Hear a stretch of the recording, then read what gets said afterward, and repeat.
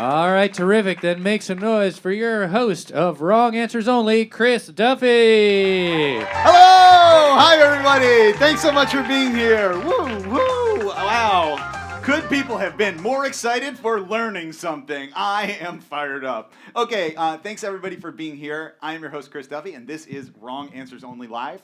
This show is produced by LabX, a public engagement program at the National Academy of Sciences. And for those of you who have never seen this show before, the National Academy of Sciences is a private, nonprofit institution that gives the government objective, evidence-based advice. And LabX is the team at the NAS that takes all that fancy science and makes it fun. They create video games, shows, board games, and video series to make it digestible. And today's show, which is why we're all here, is for you and our panel of comedians to learn all about the science of planetary protection. We're also going to find out what our guest scientist is like when she is not defending our galaxy for NASA. And this is an interactive show. Okay, so if you're watching online, I know there's a lot of you out there, we want you to be involved. We want to hear your jokes. We want to hear your questions. We want you to play these games right along with us. We're going to come to you in the live stream a lot of times throughout the show. Comment as you're watching, and we'll get to as many of you as we can. And if you're here in person, also, we want you to be a part of the show. There are microphones on either side of the stage. A couple of times throughout the show, I'm going to come to you to ask for questions or comments, or if you have something that you want to say. So stay on your toes. Okay, let's get into it. We have an incredible panel of comedians who are going to be playing with us tonight. We've got Emily Heller, Aparna Nancherla, and Lauren Lapkus.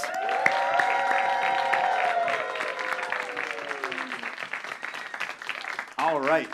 And let's find out who today's expert is. So I could tell you about her, but better than me doing that, let's have her tell you about herself. Here's video. We don't know. We only have one data point of life in our universe. That's here. We know life exists here. That's it. And so the more we search, and if we find something, which I'm hoping we do on Mars, that's amazing. That'll double what we understand. But if we don't, it also shows how precious and unique we are and our environment, our planet. And when we're going to places like the moon and eventually, and Mars, and we will eventually send humans back to the moon and to Mars, you can't just go outside whenever you want and take a nice deep breath and take a stroll around Mars. You have to wear a spacesuit, there's UV, it's harsh, there's no breathable air. And so in general, as planetary protection ties to life and propagating from a source or propagating beyond our reach, how ubiquitous is it? And when we explore, how much does it show us how lucky we have it here? Greetings, this is Dr. Moo-ji-gae Cooper. I'm the Planetary Protection Engineer for the Mars 2020 mission, where I try to keep Mars safe from our germs and Earth safe from Mars germs. All right. Wow. Dr. Moo-ji-gae Cooper, thank you so much for being on the show and letting us talk to you about your work. It's a pleasure. I heard a really horrible, nerdy joke today, so it's nice to be around professional joke tellers. So. It's in your hands. I feel like now we got to hear what was the terrible joke? It was, why did the physicist and the biologist split up? The biologist fucked someone else. Okay. Honestly, that's a great joke. Yeah. It's true. Yeah. There was no chemistry. Yeah. Exactly, that's what we all say. Gotta say, Thumbs down emoji on the WebEx. There tends to be less chemistry when you fuck someone. Yeah. Yeah. That's true. But I love that you were like, it's almost exactly what you said, Laura. So supportive. Yeah, very supportive. Well, panelists, you're going to get a chance to talk a lot to Moo-ji-gae over the course of the show, but this is your first opportunity to ask a NASA scientist, a real-life guardian of the galaxy, about her work. So we call this You Do What? And what is it that you want to know? Emily, let's start with you. What's the first thing you want to ask Moo? How do we know that the germs on Mars are going to be bad for us? Ooh, good question. So we actually don't know whether or not it's going to be good or bad. For example, on this planet, if we feel like weird indigestion, what do? We have Activia, we have kombucha, because the microbes actually help regulate our system. So there are microbes for good and microbes for bad. So we just treat it as hazardous until we can determine whether or not it is good for us or not. Are you like hoping for them to be good and for them to do anything specific? Of course, no. I don't know about the functionality, but I hope that if we find life, then we can start doing the 23andMe. Did it originate from Mars on its own? Was it seeded by our planet or vice versa? Whoa. Or did we both come from some other planet Right? that we can blame for all this? Yeah. Long-term billion-year paternity test. Yeah. Varna, your turn. What do you want to know? Okay, I guess coming from our germs perspective, how do you make sure our germs don't contaminate the other planet's germs? Like, how do you know we've not gotten any germs on Yeah. Mars? Yeah. And how can we do that here for other Yeah, stuff? yeah, I know, yeah. No, I'll dive into more of the details of how we do that, but it's just a lot of cleaning, checking, double checking, and just doing the best that we can. Have we made a mistake in the past? Hopefully not. We're definitely getting better as we learn about microbes and where they grow, so we're getting Okay. smarter over time. So definitely like washing your hands for 20 seconds. Yeah. Okay. Exactly. Are you a really good hand washer because of what you do? So funny enough, people ask like, "Oh, are you a germaphobe? You must be." And I usually say, "No, I'm not. I'm not a germaphobe at all because we need those microbes to regulate our skin, our body, our digestive system." But then after time, I realized, oh, you need to ask the people around me if I'm a germaphobe because I don't think I am, but if somebody else does, I feel like it's the perception thing. Yeah. And what would they say? They probably say that I'm fine. Okay. I feel like I'm, non-biased. But Lauren, your turn. What do you want to ask? I want to know what the like work vibe is, and like if there's a lot of chatting, or if you're kind of like in your own world doing your thing, and everyone then you like share what you found, or are people like working together a lot? What's that like? No, there's a lot of working together, a lot of collaboration, because a lot of what we do is growing up microbes in the lab, counting how many microbes are on the petri dish. Sometimes it happens over the weekend. So it's a lot of people working together as kind of a mini family. Yeah. You know, we smell fart in the lab. It's usually not fart. It's like microbes growing. Oh, I So, like, I didn't know where that was going. You know, there's really bad smells when you're working in a microbiology Okay. lab. So, you know. That's what the colleagues keep telling you. I mean, Yeah. My petri dish. I know. This dish smells like horrible fart. Yeah, right? You know what I mean? Like, blame it on that. I'm going to use that one. It was the petri dish. We're getting some questions from the live stream. One of them is, what is the most out of place, weird question that someone has asked you about your work when they find out what you do? Oh man, one person asked, was there actually ever, I'm sorry to bring it back to poop and fart, but was there ever? It's going to come back there. I know, times. I'm sorry. on board. But I had a friend see The Martian, and they said, "Oh, did we ever send astronaut poop to Mars to help grow potatoes?" I'm like, no, that part is the movie. It didn't happen yet. So that's kind of the But it's weird gonna question. happen. I mean, once people go there, they have to poop. Well, Yeah. That's what you think. You know, I will say I'm not a science person. I'm just the host here. I'm not a scientist. But one thing that I've learned from hosting this show is one time I jokingly said something on the show about like, oh, there's not poop on the moon. And boy, did I learn that I was wrong. Yeah. We have left a lot of poop up on the moon. Yeah, it's bagged and tagged. Yes. That's sick. A lot of human poop up on the moon. Why wouldn't we take it back with Yeah, that? there's room in the spaceship. It's always a negotiation with weight, right? The more weight you have, the more fuel you need to lift off. Wow. they're We like- should pick it up next time. They're like, Neil, unfortunately, you took such a huge poop, we can't bring it back to Earth. It's either you or the poop. Yeah. I'll stay. There's always those people who are like walking their dogs and they bag it up and they're like, I'll get it on the way back. Oh, yeah. You're not done. Yeah. That's what we've done Yes. with a whole nother, not a planet, I guess, a whole satellite of our planet. Okay, well, before we start getting too in the weeds on Moo-ji-gae's actual work, you suggested that you could start us off with a demonstration that you often do in schools. So we've never done this before, but I'm going to just pass it off to you, and this is, here is a hacky sack. Yeah. Okay. I have a surprise. I have a guess of what it's going to be. I'm gonna throw it at you. Does that help with what it might be? Yeah. Okay. All right. I'm just gonna. Yes, we're not known for our motor skills. Yeah, A so light I'm not toss. very athletic, but I'm Right, excited. yeah? Okay. Ready? Yeah. Okay. There you go. There you go. free to like pass it around. If you want to pass it around to the audience, feel free. Let's just pass it. I think we could definitely get that out into a couple of front rows or toss that around. So while you're passing that around, I just want to talk about some of the challenges that I have in my job of planetary protection.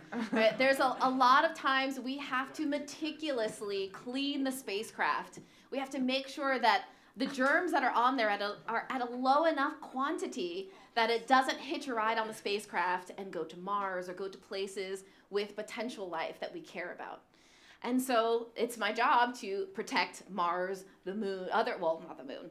Nobody cares about the moon. But Mars. Really? I mean, some people, actually, we do kind of care about the moon. I feel like we care as a people. But Yeah, we kind of do. Not enough to bring our shit back. I know. So it's really important to protect those environments from our germs and vice versa when we bring samples back. So you might be wondering, what does that have to do with the hacky sack that we're passing around, right? Yeah, and you could, I think you could throw those hacky sacks feel back on free to stage throw at this them point back. if you have them. Okay, so this is, don't worry, it's non-toxic. Also, So- it says everything about the audience and everything I would have expected. That people were, instead of throwing, were very gently passing it up and forth. No, one was just, they were both definitely thrown at me. Okay, so I think now you need us to turn off the lights. Yeah, so please turn off the lights. I'm Including gonna, the stage, yeah. Yeah, Just please lower turn it off real the low. lights. Uh-huh. oh, this is good. So please show your hands. Whoa, what the fuck are you gonna do? Why am I so bad? What's Why- up, my Any What audience is members want to this? check their fingers? Yeah, I anyone don't who want to touched the scan. hacky sacks. This feels. There you go.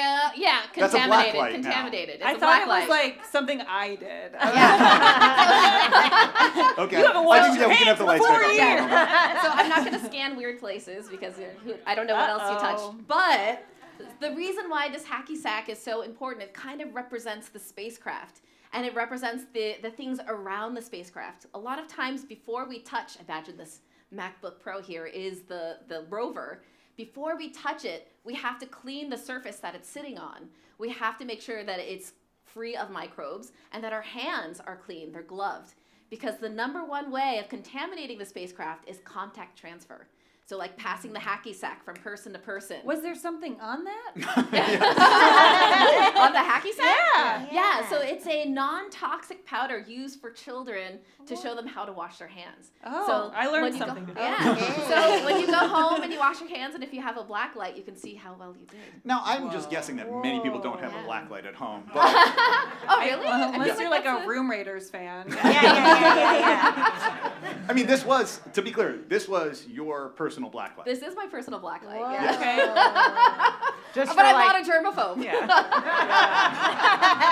Yeah, you're like, I'm not weird, and every night you like checking your hands. Hotel rooms, don't bring that. No. Oh wow. Yeah, it also does seem to me, I mean, this is my very limited understanding of black lights, but if you shine a black light on something like their hands and it lights up, it's always a horrible substance, right? Yeah. Well, I was gonna say I thought it was no. only jizz, which is why I got really scared. Imagine if she was like, this is the importance of keeping things clean. That hacky sack was full of jizz. So never touch a hacky sack, you don't know where it's been. I learned. But I appreciate the trust. Yeah, no, Yeah. That lesson actually has nothing to do with space, that's just a life lesson. Okay. So you do that with children. I imagine a lot of parents are like, a lot of parents are like, what did you do in school today? Oh, the woman blacklit your hands and they lit up? Okay, well, you're going to be homeschooled. So someone is asking, do you work on all the Mars landing spacecraft, and do other nations that are landing spacecraft on Mars do the same efforts to keep their ships clean? Yeah, Or yeah. do they have so- some filthy ships? I've worked on not all of the Mars rovers and Mars spacecrafts. I worked on the past 4 that went to Mars. And then other nations do launch satellites and rovers toward the red planet. And they're all, at least many of the countries are signatories to an outer space treaty, which makes them have to follow planetary protection rules. So whether or not they do is a different story. So wait, does that mean that there are countries that send things to space but are not signatory to the treaty? Yeah, they're actually, so far, the people that have sent things to space are all countries that are signatories to the treaty. Okay, cool. Yeah. Someone online, this is what I would expect from an online commenter. Someone just said, black lights, good for finding accidents, which I have no idea what that means. What kind of accident? What? Don't clarify, please don't clarify. Sick. Obviously, it's an, I'm just gonna move right along. It's a question, it's an open question of whether there is life on Mars. Yes. So if there isn't life on Mars, then would we have to be worried about germs? Well, if there's not, that's the thing, right? If you try to define or to find life on Mars, would you find, for example, let's say, is there life on this planet? And you take a sample from one place in Malibu, for example, and you count that sample as characteristic of the entire planet. You can't do that. You can't say this one thing in Malibu is characteristic of every single thing that you'll find on the planet. So even if we don't find life on that particular place on Mars, that doesn't mean life doesn't exist on Mars. That's why we search, because in the past it used to have the right elements to harbor life, so it might be there. Okay. I feel like the level of scientific question that I could answer is there life in Malibu? I got it, yes! What we've seen from your demonstration, we've seen how easily contamination can spread, and that is at the heart of your work. Exactly. So as a planetary protection engineer, Moo uses microbes that live in extreme environments on Earth to study potential contamination that could come from other planets. Exactly. But being aware of contamination is only half the battle that you do, right? Yes. Because you also have to get rid of those microbes and organisms. Exactly. And some of those are extremely difficult to kill.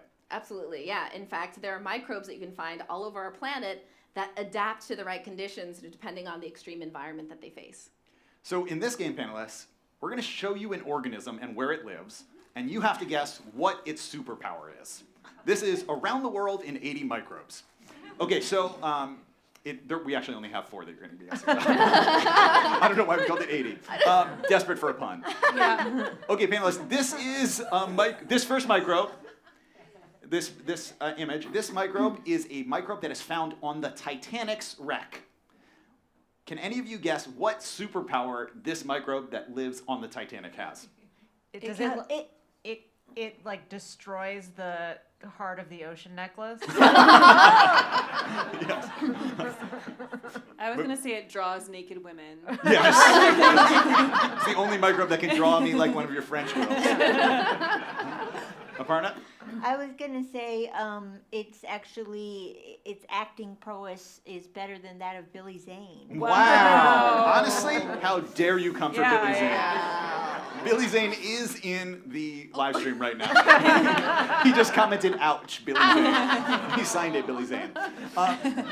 Okay, Moo, what is this actual microbe? Yeah, so the microbe is called Halomonas titanicae. Oh, it's actually literally named after the Titanic. It's named after the Titanic. Oh, it uses the Titanic. It uses the Titanic as a source of food. Oh. So it eats the iron that you're seeing before you, those little rusticles there. Rusticles. Yeah. We're going to need to stop for a moment and learn what a rusticle is. It's just like a stalagmite or stalactite made out of rust. I don't know if that's the real technical I like term. rusticle. So I like when it's done, are we gonna have to sink another ship to keep it? They just adapt and they grow and they find something else. Wow, Yeah. that's so interesting. Yep. And I so mean, there's we've all been there. You're done eating the Titanic, you need to move on, new phase of your life. Yeah. And by the way, the halo part of the halomonas means that it likes the salty environment. That's why we can't drink seawater, right? Or else we're going to die. This is more adapt to that salty environment.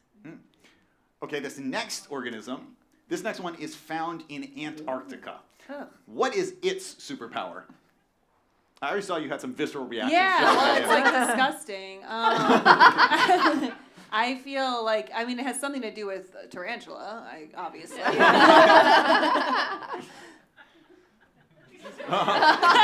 Aparna, any guesses? Oh, I was gonna say on the side it part-time models as a nightmare croissant. Okay, If Nightmare Croissant is not already the name of a bakery in Los Angeles, it will be by the end of the week. I love that. That is a pop-up. You can find them at Smorgasburg this weekend. Yeah. To me, it looks like the only microbe with the power of speech in order to say, please kill me. Okay. Which one is this one? All right, this is Cryomyces antarcticus, named after Antarctica. It's not that creative. I know, right? I know. Titanicus shippus. And yeah, it's pretty creative. Its superpower is that, among many other things, it makes melanin. So it's actually a fungus of color. Wow. That's how we refer to them now. Yeah, you know, to be UV resistant. What? Whoa. Yeah. I don't understand anything that's happening. What do you mean by that? I do want to clarify. I think Lauren's question is not what you said, but what do you mean by that image? Like, so you found that, not you, Yeah, but yeah. someone Someone found found that. And then what happened? Why did they not kill it immediately? I know, yeah. So they actually found it in McMurdo Dry Valley. They cracked open a rock and they saw this layer of black. And they also saw other microbes beneath it. And so that particular fungus learned to grow on the top layer to provide that UV shielding. And then other microbes figured out, ooh, I can grow underneath this fungus and survive. Cool. So it's called cryptoendolithic microbes. Wow. Yeah. So people suppose that potentially our planet was seeded by microbes like this that hid in a rock. It figured out how to be resistant to the space environment, UV, cosmic radiation, to seed other planets. Wow. Wow. So if I'm understanding you correctly, there's a fungus of color, and then underneath it, Yeah. there are non-colored fungus that are benefiting from its work but not That's correct. getting it. Nature, life finds a way. Life finds a way. Okay, this last one. This last one is found in the Rio Tinto in Spain, a river that is uniquely often blood red. Okay, I will say that this photo, we were saying it was blood red, but in the tech check before the show, someone said, "Oh, that river looks like poop." So, I don't know. That person should go to the doctor. Yes. All right. Someone working at Dynasty Typewriter is very ill. Yeah.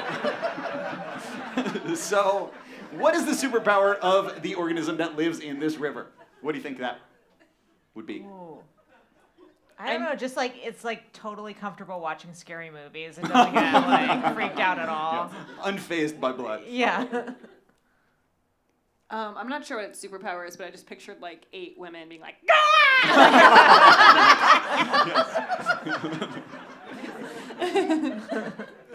So there are many types of microbes that live in that environment. So Rio Tinto is a very acidic environment, and it has a lot of heavy metals in there, to include iron. And so this environment, if you look at it, kind of reminds you of Mars. And if you were to imagine in the deep, deep subsurface of Mars, if there was a spring flowing water, it would be this kind of similar environment. wow. And here we find microbes called anaerobes. So they don't need oxygen, molecular oxygen, to grow and divide. And so you all know anaerobes very well. Like, has anyone had tetanus before? Had tetanus? Right? I thought that you died from tetanus. Has anyone had tetanus? Has anyone in this room had tetanus? Okay, yeah. I feel like that's a trick question. Yeah. Gotcha, you're a zombie, kill him. But tetanus is actually an infection caused by microbes that don't need oxygen. Okay. So that's why they're pretty nasty. Oh. Yeah. Well, I am stuck on has anyone had tetanus? Okay. She thought we all had.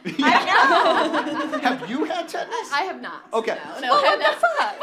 No, I don't know. This seems like a group of people who've had tetanus.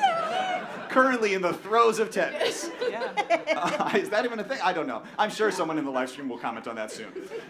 Okay, speaking of the live stream, someone is saying, so microbes can last the journey to space in a vacuum and near absolute temperature, near absolute zero temperature. How is that possible? Yeah, so it's not that they can thrive in those conditions, but if they're shielded, if they're, for example, in the rocks, like the fungus of color that we saw, if they're hidden behind something, they could easily stay in a dormant state until they reach the right conditions.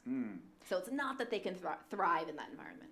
Well, so we have one last one that we're not going to ask you to guess about, but that, Moo, you just wanted to talk about because this is very related to your work. So this last one is another superpowered microbe you looked at that lives in the deep sea, very close to hydrothermal vents at extreme temperatures. Actually, we may not have a photo of this Okay, all right. So there's this one that lives at extreme temperatures in the deep sea. What's that one called? Yeah, so there's a whole genus of microbes called Alteromonas, and they can create this sugary exopolysaccharide layer, or sugar boogers.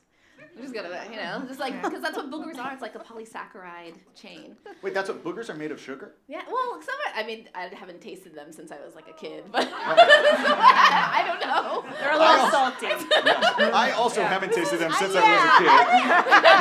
But I remember them not being sweet. Yeah, I don't think they're sweet. Yeah. But this one. Imagine how hard it would be to get kids to stop eating boogers if they were Oh my sweet. God. Like, nice try. I'll be eating this for the rest of my life. but this group of microbes can make that polysaccharide or boogery layer for protection. So it actually keeps them shielded from the high pressure environments, the salty environments, and allows them to kind of thrive in that high temperature place. And so when we look near these hydrothermal vents, where you see all of these, there's no, first of all, there's no light of the sun there. And if you look at plants on the surface, we were talking about plants in the back, plants take CO2, they break it down, they make oxygen, it's photosynthesis. There's no sunshine by hydrothermal vents, so they take the chemicals spewing out of this chimney and they use the chemicals for a source of food. So it's called chemosynthesis. So there's chemosynthetic microbes down there. And how is that related to your work? Yeah, so Europa, one of the moons of Jupiter, sorry. Well, don't. I was like, dude, are you serious right now?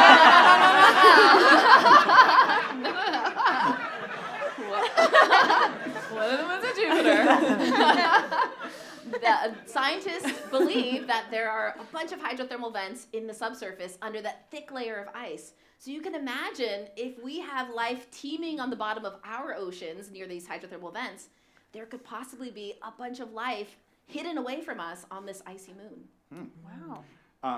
Okay, I think this is now a time where if anyone in the live audience, on live stream, people are asking questions nonstop. If anyone in the live audience has a question so far or something that they want to know, we have 2 microphones. Please, you can just raise your hand. We'll hand you a microphone. Yeah, right there. We got one. And first, what's your name? Greg. Hi, Greg. Hello. Okay, so you keep everything clean before you send it to Mars, but what about when it's actually like flying in the air out of our atmosphere?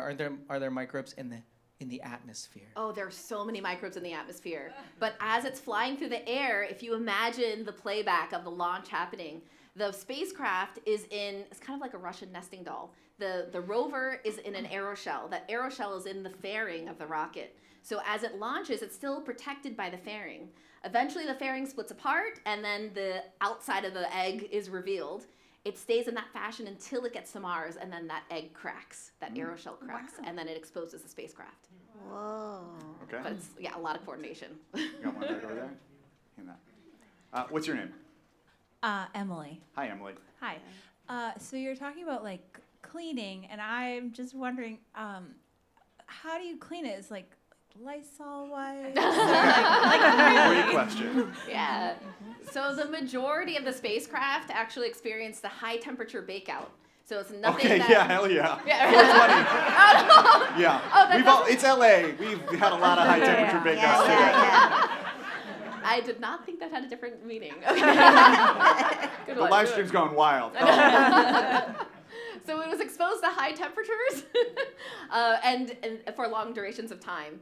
And then after that process is done, it's assembled in a clean room.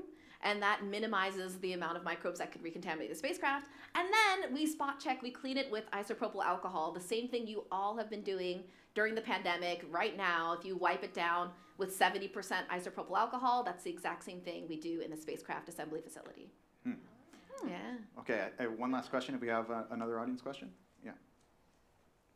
What's your name? My name is Shoshana. Hi, Shoshana. Wow. She's coming from space. So it's in the shell when it goes there so that it stays clean, but how do we get it back without it contaminating Earth? Great. So that is a multi-million-dollar question. Some may say $1 billion question. So that process is being ironed out right now. There are amazing scientists, engineers, people not only from NASA, but all around the world, the European Space Agency. We're all getting together to try to figure that out, to make sure that we bring it back in a safe way. So it's a lot of protection measures, a lot of redundancy in the engineering design, and a lot of checks and double checks. And if it doesn't check off, then we're going to just shoot it into deep space. But if everything checks out, we're going to safely bring it back to our planet. In a shell or in something else? Yeah, in multiple shells. Got it. Yeah. What would be like worst case scenario of we bring it back? I don't want to go down the worst case scenario because we're trying to... just do it. Just between friends. I mean, many things can happen. But we want to prevent, I don't know if you all know the Andromeda strain. I feel like it's outdated now, no? Sure. Well, it doesn't sound good. Yeah, I don't want to cite the recent movies because they're like so horrible. Okay. Oh, yeah, wait. Also, I want to know that, too. What movies do you hate? Oh, no. I don't want to throw anyone under the bus. I'm just going to say that there are some movies made about it that in like the first 10 seconds, like, oh, you brought it to the International Space Station. That's already wrong. So, you know. That's already wrong. Yeah, you know, right? And what was the hit in that? A sample from Mars. Oh, you brought it to the International Space Station. Yeah. Idiots. Right? Exactly. Yeah. It's already in our biosphere if it's in the International Space Station. Yeah. It's already wrong. Okay, but you still, I do feel like you didn't say what could go wrong. Like, is it like someone comes back and then all of a sudden we all have Mars disease or something? Yeah, well, I mean, you never know. So that's the thing. We actually treat the sample as if it's biohazardous, right? There are things on our planet that we know are just harmful to us. So we treat it as if it's hazardous until we prove otherwise. That was done for the Apollo samples, right? We didn't know that the rocks up there are actually benign to us, unless you inhale it. You don't want to inhale it. It's like sharp grains of dust. It's bad. Did they like had a special meeting with the astronauts where they're like, you guys are huffing everything. Don't huff Mars. No. Exactly. No. Okay. A couple of questions for you. Someone is asking, what's the biggest red flag? If you won't say which movies you hate, what's the biggest red flag when you see a trailer for a space or Mars-related movie? Oh, that's a great question. A red flag. I would say, there's so many things. Like, not understanding time dilation. There was one movie right? Like, come on, that's basic. That is so tired of people basic. not knowing what time dilation is. And then they act like they do. Yeah. And just like if someone is watching is like a child. Yeah. It's like a child watching, so they don't know what time dilation is yet. Yeah, so what is that? Yeah. Just so, because I can only explain it in a really smart way, and I feel like, So that's when you approach the speed of light, and so time moves at a different pace than the people that stayed back on Earth. That's confusing, though. Right? Try to write that. Right? That's really confusing. Yeah. Yeah, all that being said, though, I know I'm not watching a documentary. So as much as I'm like shaking my fist, I'm also trying to be entertained, too. So Yeah. I totally get it. Oh, yeah. I mean, but don't you like, as a viewer, I always kind of assume they checked it with somebody. Oh, Right. They do, but it's up to the creative people to listen or not. Oh, yeah. Good point. Do you remember? Do you remember in the movie Armageddon when they like have to hire Bruce Willis because they have like a team of scientists who I think were like exactly your team, and they're like, you didn't know to put the drill in forwards, and that's why like they put the drill in backwards. I mean, okay, so the reality is it takes a village to put together a spacecraft. So they're the engineers, right, that are behind the computer, that drop the CAD, right? But they are not the ones that actually put the bit in the drill. There are actually people who have worked on spacecraft, work on aircraft. They worked on motorcycle technicians that are actually hired to do the work. So that's how we avoid it, is we hire Bruce Willis and the scientist together on the team from the beginning. The classic odd couple. Do you hate it when in the launch room they're waiting to see if the shuttle survives and then they say, yeah, and they all throw their papers? Are you like, we needed those papers?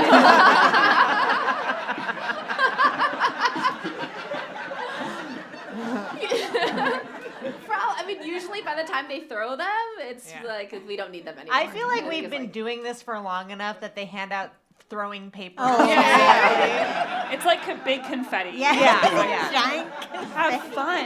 Yeah. I'll take note of that. I feel like I need to do that. Yeah. Okay, before we move into our next thing, just a couple of people have said some things are getting written that I want to just share. One person said, my new favorite way to neg a whole room now is to walk in, look around, and declare, you look like people who've probably had tetanus. Someone else just wrote, without any context, they just wrote, the Great British High Temperature Bakeout. And someone, in coming at you passive-aggressively, when you talked about Andromeda Strain and asked if it was recent, someone said, it just celebrated its 50th anniversary. Congratulations. Oh, no. Yeah. Okay, and someone else is saying that Star Trek has covered these issues accurately. So, excuse me. No.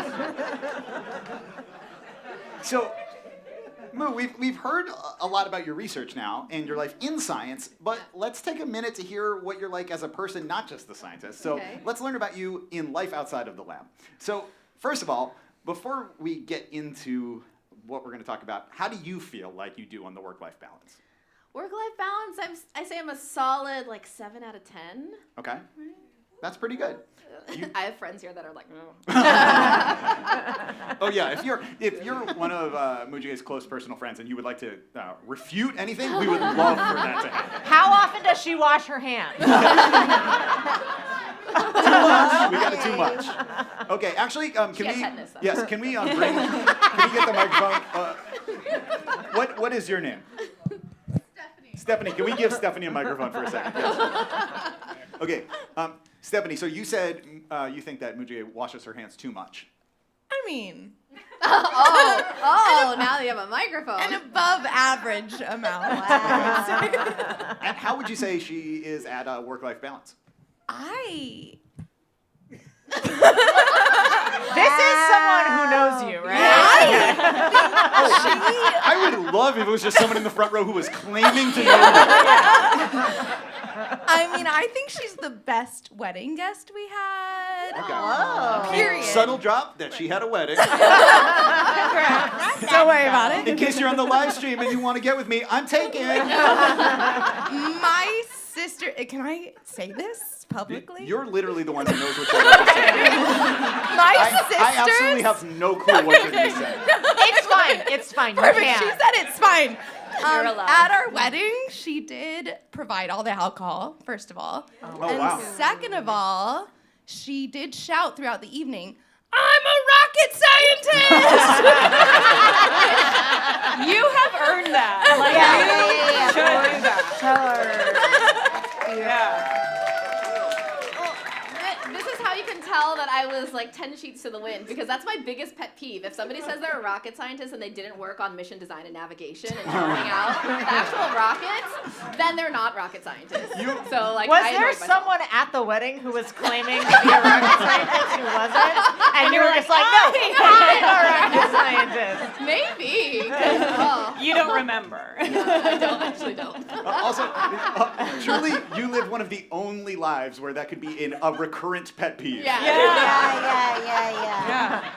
I've heard that when rocket scientists meet brain surgeons, they get really because everyone's like, it's not brain surgery, it's not rocket science, but rocket science is way harder than brain surgery, apparently. Do you have a dog in this fight? I don't. I mean, especially just in case I need brain surgery, I'm going to say pretty difficult. That's the smart. That's how we know you're smarter than you.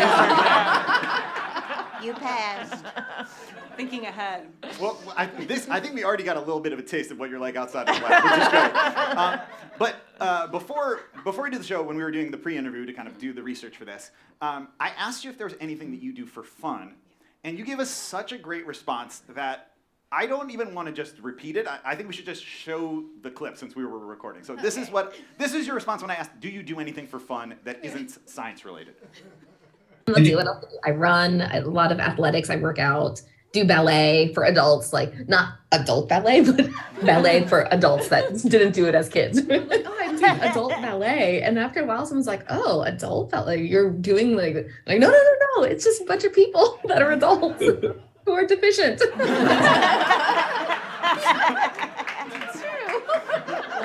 You know, something I love about that is that you use the phrase adult ballet, but then immediately you got so defensive about the phrase adult ballet.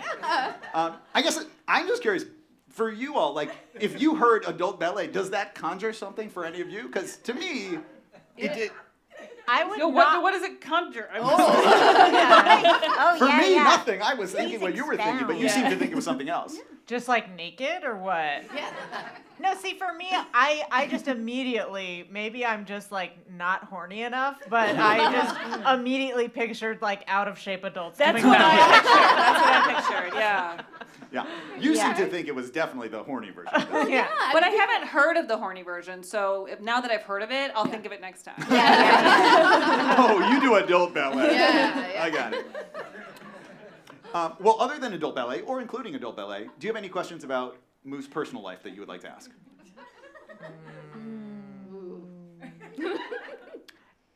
When you're falling asleep, do you think about your work more often, or do you think about other stuff? I'd say other stuff, just because if I think about work, I won't be able to fall asleep. Although, so I have weird sleep patterns. I sometimes talk in my sleep and then sometimes move in my sleep, and I know someone has told me that I would sleep like this. What? So maybe I dream about work sometimes. Do you ever like wake up and remember what you were writing? No. That's But, you know. That is like the smartest person thing I've ever No. That you're like Goodwill hunting in your sleep. Yeah. No, it usually is nothing. It's like What if you were solving the problem how to return yeah. from Mars without contaminating Earth, but now you'll never know? Yeah. Probably not. You need to sleep like wedged between whiteboards. Yeah. I'll try that. I'll try it. What about when you're dating? Like, is it a good conversation starter or a bad conversation starter to say that you work on space protection? I'm pointing to my boyfriend in the audience. Okay. I think it was a good conversation starter. I think I hooked him in the first date. I don't know. You tell me. Yeah, it worked. Okay.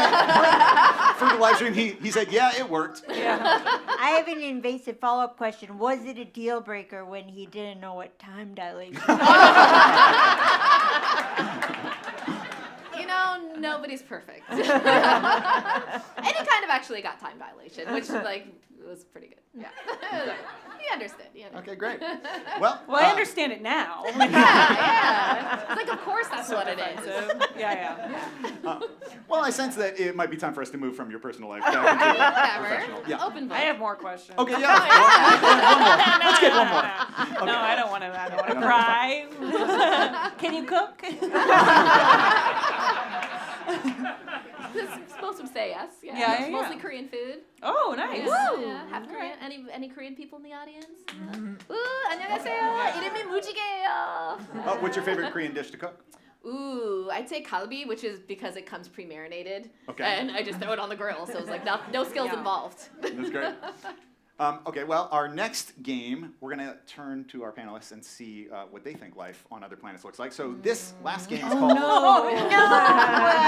It's called Life That Is Not Just Intelligent, It's Also Hot. Okay, so in the green room before the show, we had each of you draw a picture of what you thought a Martian life form would look like. I thought that was private. Now wait, what did you say we were supposed to draw?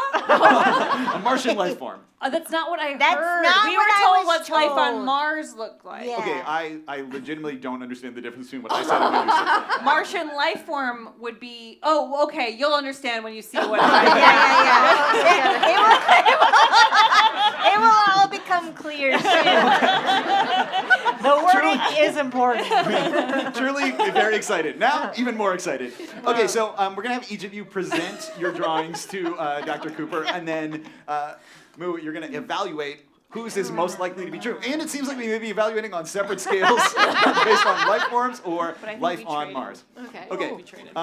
So let's start with you, Emily. Let's start with you. Okay, I did understand what this meant. Okay. So to me, I'm like, it's too hot to stay as like a liquid, so it would be like a vapor. And then that's like sort of like a mycelium network growing in the like. Okay, fucking smart. It's like it's like a fungus that's sort of like branching out to connect to different parts of like a vapor. But then when you started talking about like it being underground, I felt stupid. No. Wait till you see mine. Yeah. Also, as soon as I started drawing it, I was like, why did I curve the planet so much? That's not what it looks like when you draw something living on Earth. Like, the horizon should be flat. Maybe it's in the upper atmosphere, so that's why it's curved more. Yeah, sure. Yeah, Emily, I noticed you had the pride to sign your drawing. But I didn't use a last name. So if it leaves this room, it cannot be traced to me. I just didn't want it to get mixed up with. Sure. Yeah. Well, give us just a quick. At the end, you're going to say whose is the most, but give us just your quick impressions. Whose is the most? The most something. Most accurate. Most alive. Whose is like the most? Yeah. I mean, they're all a lot. This is a lot. I would say bonus points for the fungus. It's a fungus of color too, and you had no idea. Wow. So, Or did I? Right?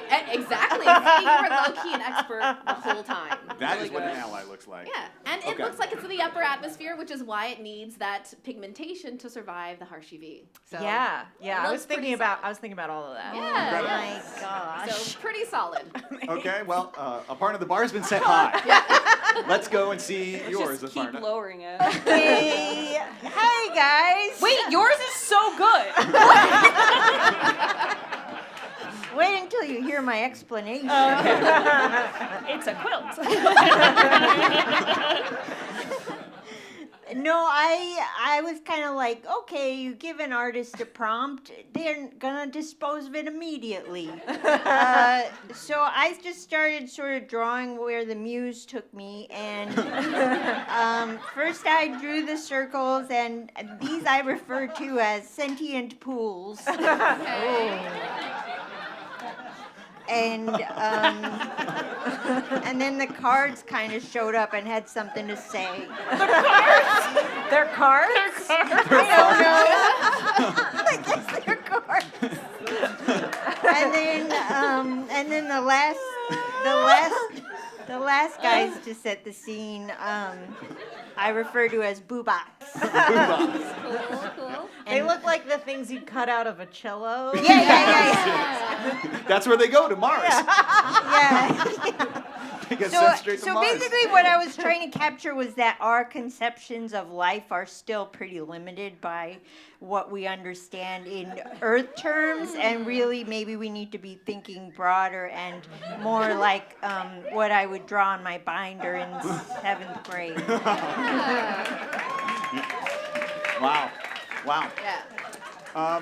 Well, as you know, at the end we'll be judging whose is the most, but for now, what were your takeaways on this one? Yeah, I'd say a lot of points for the story, the explanation, the thought process. Yeah. A lot of the process, I will say, was less about what is up here and more just how she got there. Yeah, I mean, I like the journey. It's just the story. Maybe bonus points, because I feel like these are microbes of color because they're playing dice. Wow. So, you know. I don't know. And an 8 is a pretty good roll. 8's a good roll. It's a good right? It roll. looks kind of It's a good dicey. roll.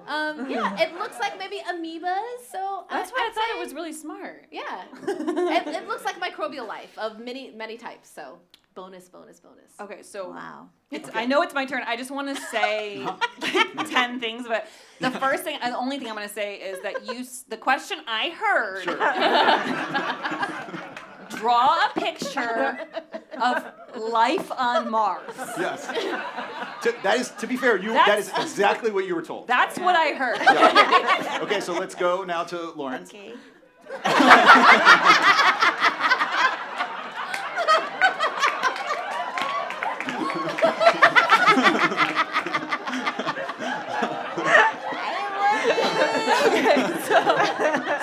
This is just like a day in the life. I love it. Oh my god. And so I started with the mall. Well, first I was gonna make it a hospital. I thought that wasn't that fun, so I made it a mall. And then I made a fountain, but I was like, do they have water or is it fire? And then I kind of made it like that. And then I drew the guy who's indicative of all, the aliens that are there. That's what they look like. Right. And I gave some stars, the moon, and what they might see, might, really not sure. And of course I did make it in a perfect arch. Beautiful. I'm also very smart. What I felt good about was that I started with red, and I was like, I think that's right. And everything else was just really fun, Yeah. I also, the moon is smiling, the mall is smiling. Yeah. People are happy. People are happy. It's a good time. Yeah. I don't think that guy can fit in the mall. I thought about this. So first of all, we don't know how they shrink or grow. Yeah, that's true. And secondly, that could be very far away, just drawn close. Do you know what I mean? Right. I feel like there are ways you could have done that. I actually feel like you're right. But I didn't really think about it until I was, done. So it was too late to turn around. Yeah. And I guess my last question is, that's Earth on the left? Yeah. So what continent is that? So I kind of made it like, here's how I thought about this. So like the alien doesn't know what we've determined the continents to be, so they're kind of like, I don't know, it looks like that. It's kind of like their view. Wait, so did the alien draw this? This is like a self-portrait. It's a self-portrait. Oh, wow. I got into the mindset. And I was just overtaken. As you guys know, I couldn't even talk. Yeah. You were in like a deep flow state. The markers were just like moving. Yeah. And actually, a big clue that this is from the alien's perspective is it's using first person. Yes. Yeah. I want chips. Yeah. I want And chips. chips are like totally different there. It's actually French fries. Yeah. So different. Yeah. Wow. Kind of a British Mars. Yeah, I like that. Okay, so, I thought this was going to be harder, but it does seem to me I have a clear most. I also have a clear most. I Okay. mean, bonus points, by the way, for the color of the fountain. It's very iron rich. Oh, thank you. Yeah. A lot of thought put into that. What other feels good. fact check points do you have on this one? Man, I think that's it. Can I just ask a question about the point system? Please, because yes. Yeah, you're so getting far scared. you've only given bonus points and no base points. Very perceptive. Okay. Yes. And Very so perceptive. that makes me feel like we all got a 0. Yeah. To start. It does feel that way. It's actually all your points are being tabulated on a highly scientific scale. We have a team of people in the back just working on the to points. figure out which one is most. Yes. Yeah. And actually, someone online is saying that they hope the Oscars adopt this metric as well. Just most actress, most picture, most soundtrack. Yeah. That's easier. Okay, so again, I think I know personally who I would choose, but it doesn't matter what I would choose as most. And there can be different mosts. So what would you say is most? I would say clearly this is my most. Yes, this is my most. I just drew what I knew to be true. Well, we're coming close to the end of the show. So before we end, let's get a few more questions from the audience. So you can ask a question, and now you can ask a question not just to Dr. Cooper. You can also ask a question to any of these 3 artists about their visions for Mars as well. If you have a question, raise your hand. We'll get you a microphone. It could be about anything. Yes, thank you so much. Okay, what's your name? Hi, I'm Lacey. Hi, Lacey. How often do people at work or in your personal life go, Houston, we have a problem? Oh, great question. And answer personal life first. I would say personal life, maybe I've heard it 2 or 3 times. Work life, 0. Okay. Wow. So yeah, definitely, not on lab. No, not a JPL. How do you think it would go over if you did it? Oh, sometimes I say JPL, we have a problem. So the reason why Houston, we have a problem is so popular is because the human Apollo missions were controlled out of Houston. If any of the robots on Mars said blank, we have a problem, it would be JPL. Right. Because it's all controlled out of JPL.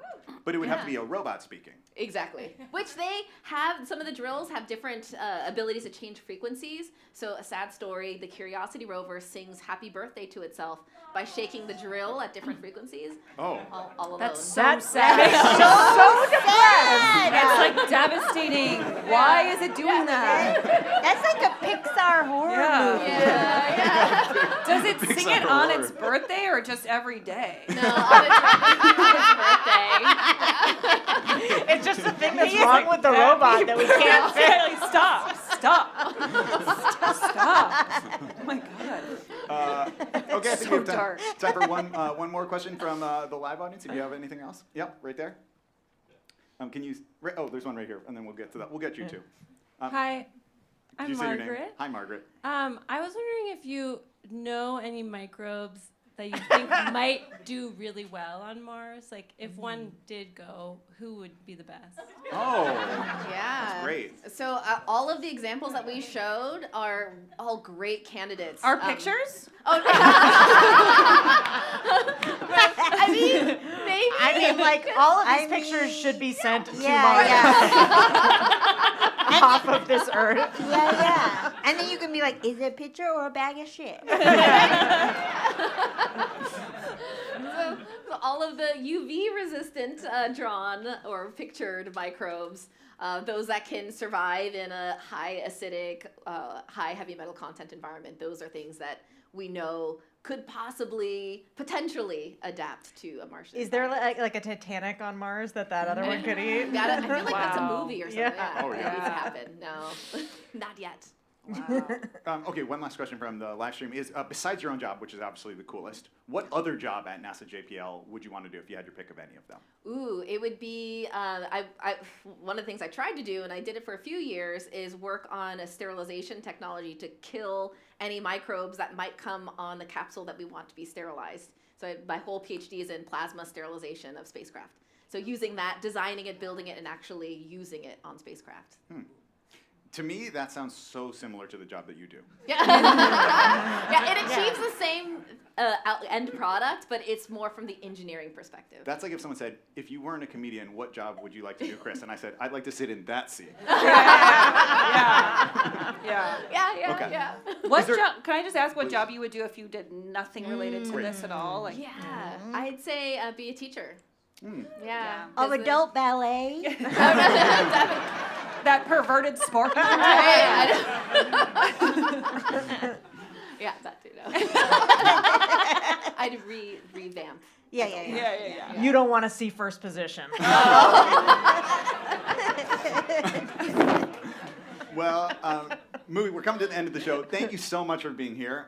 Let's check in on our score. It looks like Emily Heller has the most points, and Lauren Lapkus has the least. So I honestly didn't know points were happening. Wait, who's giving these points? So, because it's called Wrong Answers Only, Lauren, you have won by having the most wrong answers. And I don't know when that happened. yes. And if you want to look at it the other way, Emily, you have lost by being too correct. Oh, good job. That's what usually happens. Yeah. The only clear loser here is Aparna. Next Yeah. time, do better. That's what we were saying backstage. Yes. Well, before we go, Moo, why should people who are watching, why should people in this room and people who are on the live stream, why should they care about your research? People should care. I mean, first of all, because I'm assuming everybody here are taxpayers, right? And you own this information. This is all publicly government-funded research. But on top of that, you should care because if we ever find signs of life on Mars, that changes the history books. And planetary protection is the reason why you could say that definitively, because there aren't any microbial hitchhikers that confused our signal. So it's because it's cool, and it can help us change the history books. And if we find life on our neighboring planet, who knows now how prevalent life could be in the universe. And what, oh yeah, you can give a good applause for that. And what do you hope everyone here will take away from tonight's show? I hope that everybody feels deputized as planetary protectors. You all are now dubbed planetary protectors. And that you can go out into the world and protect this planet that we're on, as weird and special as it is. It's made just for us. Okay, well, panelists, that is what Moo hopes you will take away from today's show. What will you actually be taking away? Emily Heller, what will you be taking away from today's show? Just like next time I go to Mars, I'm gonna be way more careful about what I bring there and what I bring back. I've been so careless, and I'd like to take this opportunity to publicly apologize. Aparna and Charlotte, what are you going to take away from tonight's show? All my life I've been trying to be the best, and I realize now I just want to be the most. Yeah. And Lauren Lapkus, what are you going to take away from tonight's show? I guess I just have like a new goal of like crashing a huge ship into the ocean so more rusticles can grow. I believe in your ability to achieve that goal. Yeah. Well, thank you so much to all three of you for playing. That is it for our show tonight. Thank you so much to all of you for being here. You can sign up for future live tapings and access to videos of every previous episode online at labx.org/WAO. In the meantime, though, thank you once again to tonight's expert, Dr. Moo-ji-gae Cooper, our panelists, Aparna Nancherla, Emily Heller, and Lauren Lapkus. Thank you to everyone at the National Academy of Sciences and LabX, Dax, Samuel, Missy, Nikki, Liam, and the entire team here at Dynasty Typewriter. I'm your host, Chris Duffy, and this has been Wrong Answers Only. Have a great night. Thank you so much.